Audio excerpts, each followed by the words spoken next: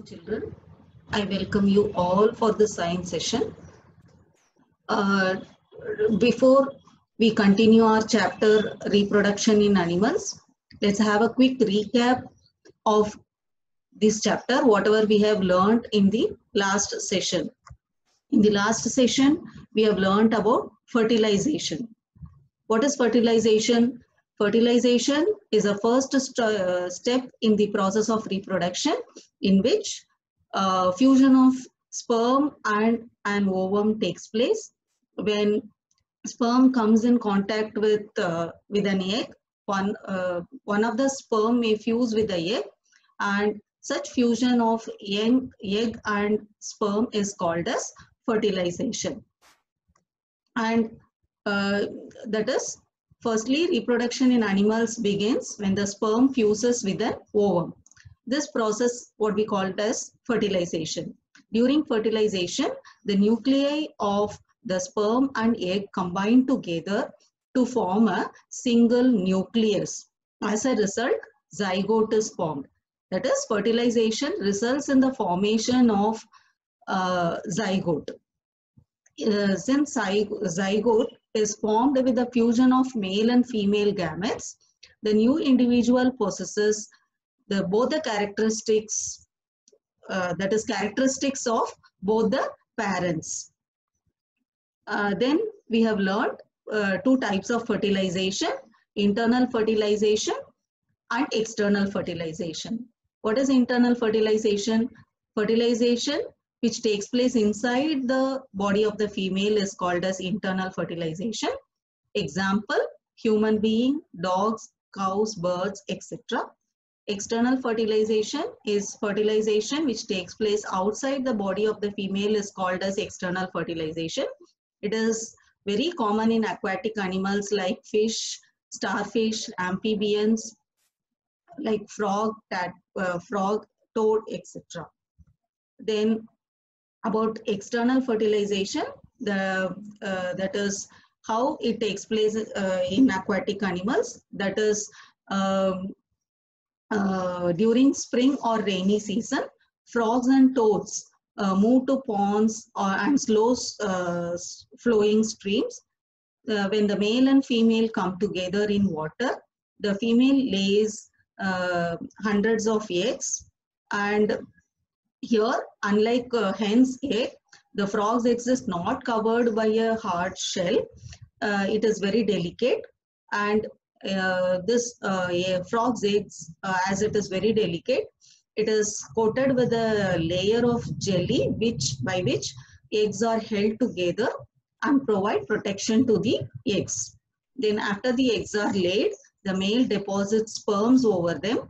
Then each sperm swims randomly in water with the help of its long tail. Then sperms come in contact with the eggs, which results in the fertilization. That is, fertilization leads to the formation of zygote.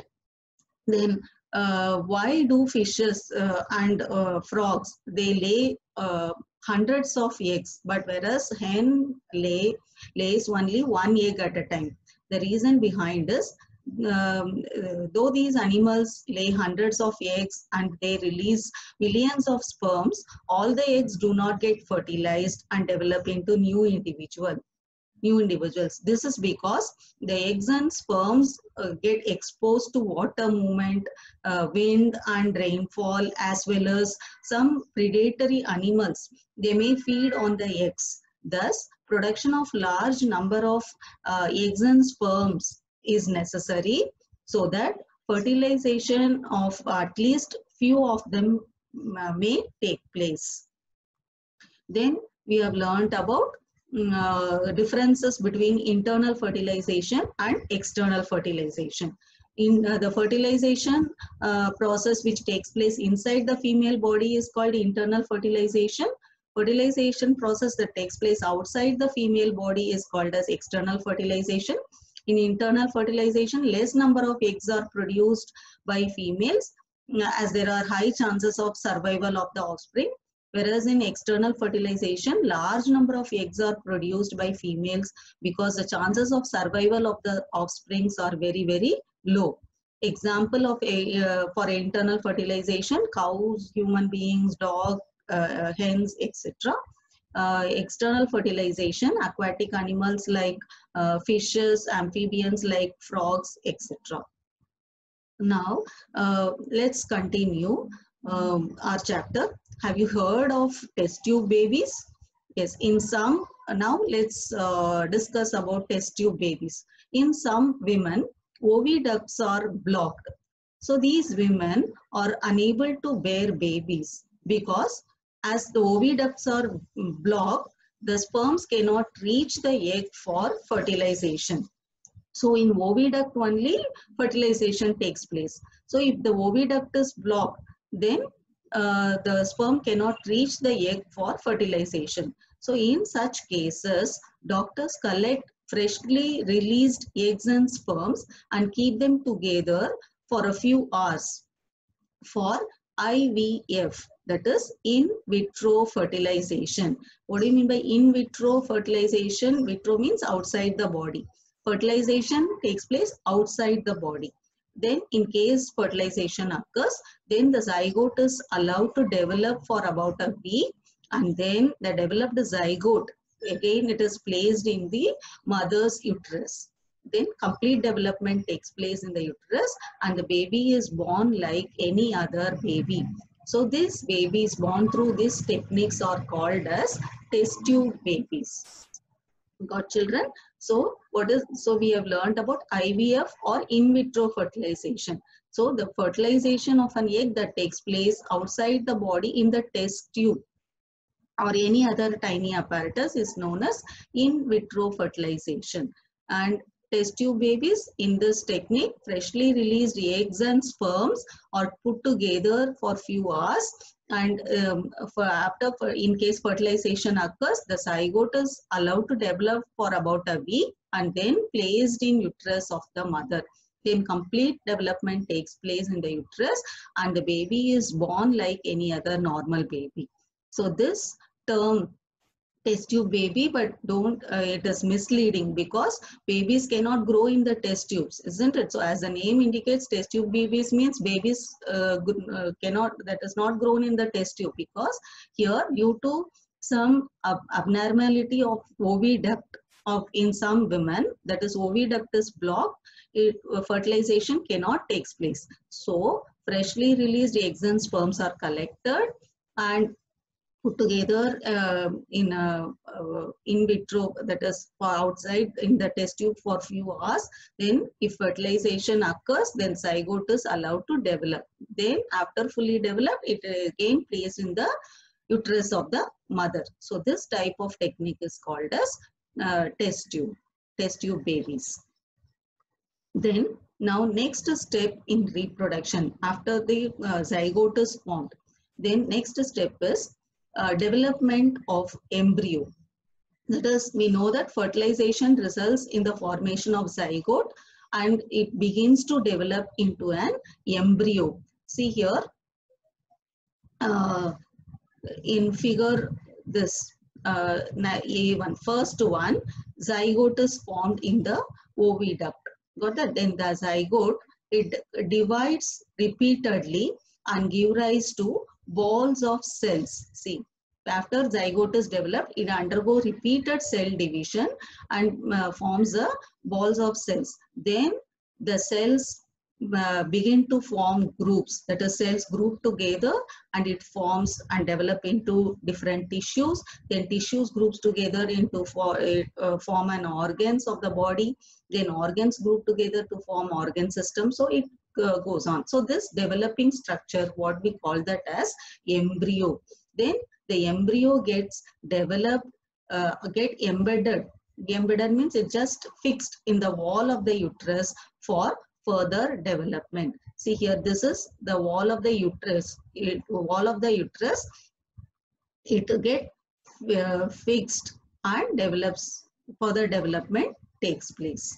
Got children? So zygote, our fertilization results in the formation of zygote. Zygote, once if it is a single cell, after it undergoes repeated cell division, ball of cells are formed. Then the cells begin to group together to form tissues, then tissues group together to and develop into organs of the body.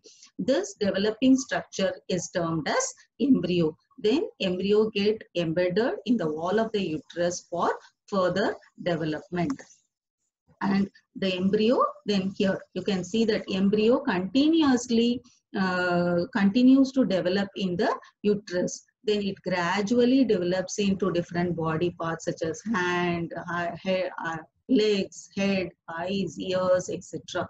The stage of the embryo in which all the parts, body parts can be identified, then we call them as what is that? Fetus. When the development of the fetus is completed, then the mother gives birth to the baby. For children, what is the difference between embryo and fetus? What is fetus? Once the embryo is fully developed, all the body parts, when it is fully developed, then we call that as fetus. Then once the fetus growth is fully completed, then the mother gives birth to the baby. So next, the same way, internal fertilization takes place in hens also. But here, hens, they directly do not give birth to young ones like human beings and cows, isn't it? Now, what happens? Soon after the fertilization, the zygote divides repeatedly and travels down to the oviduct. Then once if they reaches the oviduct, they form protective layers around it. The hard shell, what we see in the hen's egg is a protective layer. Then after the hard shell is formed around the developing embryo, then the hen finally lays egg. Then embryo takes about 3 weeks to develop into chick. So here the complete development of embryo takes place outside the female body. Here, but fertilization takes place inside, internal fertilization, but development, it takes place outside the body. So here you might have seen that hen sitting on the eggs to provide sufficient warmth, isn't it? And once the development of the chick takes place inside the eggshell, and then it burst because of the warmth given by the hen, it hatched out of the eggshell. This way, young one is hens give birth to young ones by hatching out. So here, got the difference between internal fertilization, but internal development takes place in human being, cows, dogs, etc. But in case of hen, fertilization takes place internally. It is internal fertilization, but development takes place outside. So we call that as it is external development. Now, if you see that in animals which undergo now coming back to external fertilization, that is the fertilization takes place outside the female body. Here, the embryo continuously grow outside the body. After the embryo develop, then the eggs hatch out, isn't it? Then the same way it occurs in frogs' egg, fish eggs, etc. That is why we can see that numerous tadpole, it's swimming in ponds and streams. So this way, what is it? If you see that animals reproduction, we can classify animals into viviparous animals and oviparous animals. That is, some animals directly give birth to young ones, while some animals they lay egg. After later it develops into young ones. So the animals which directly give birth to young ones are called as viviparous animals, and animals which lay eggs and then young one hatch out from the eggs are called as oviparous animals. So the following activity will help us to understand better and differentiate between viviparous and oviparous animals. Now what we have to do is, we have to just observe the collection of eggs in the following organisms like frog, lizards. You can see here eggs of frog, lizard, butterfly or moth, or what this is hen's eggs, eggs of crow, etc. And if you if you go through these examples, were you able to collect eggs? If you are told to collect all the eggs, have you able to collect all of them? No, only the eggs of few animals are easy to collect, because only few animals, few females, they lay egg out. That is, fertilization takes place outside the body, isn't it? So these animals from which you have collected eggs are examples of oviparous animals. But some uh, animals like dog, cow, cat, etc., we cannot collect the eggs because they do not lay eggs. Here, these animals, the female directly give birth to young ones. So these animals are called as viviparous animals. Okay, children. So till now, we have in this session we have learnt about fertilization, that is fusion of male and female gamete. Male gamete we call that as sperm, and female gamete we call that as ovum or egg, is called as fertilization. Fertilization results in the formation of zygote. And then we have learnt about two types of fertilization: internal fertilization and external fertilization. Then after fertilization, zygote develops. Once after that zygote divides repeatedly and gives rise to an embryo, then an embryo gets embedded in the wall of the uterus for further development. The stage of an embryo in which all the body parts are fully developed is called as fetus. And then we have learnt about two types of this reproduction, that is animals, viviparous animals and oviparous animals. Animals like human beings, cows and dogs, which directly give birth to young ones, are called viviparous animals. Animals like hen, this which hatch out, that is lay eggs, they are called as oviparous animals. Okay, children, that's all for this session. Thank you.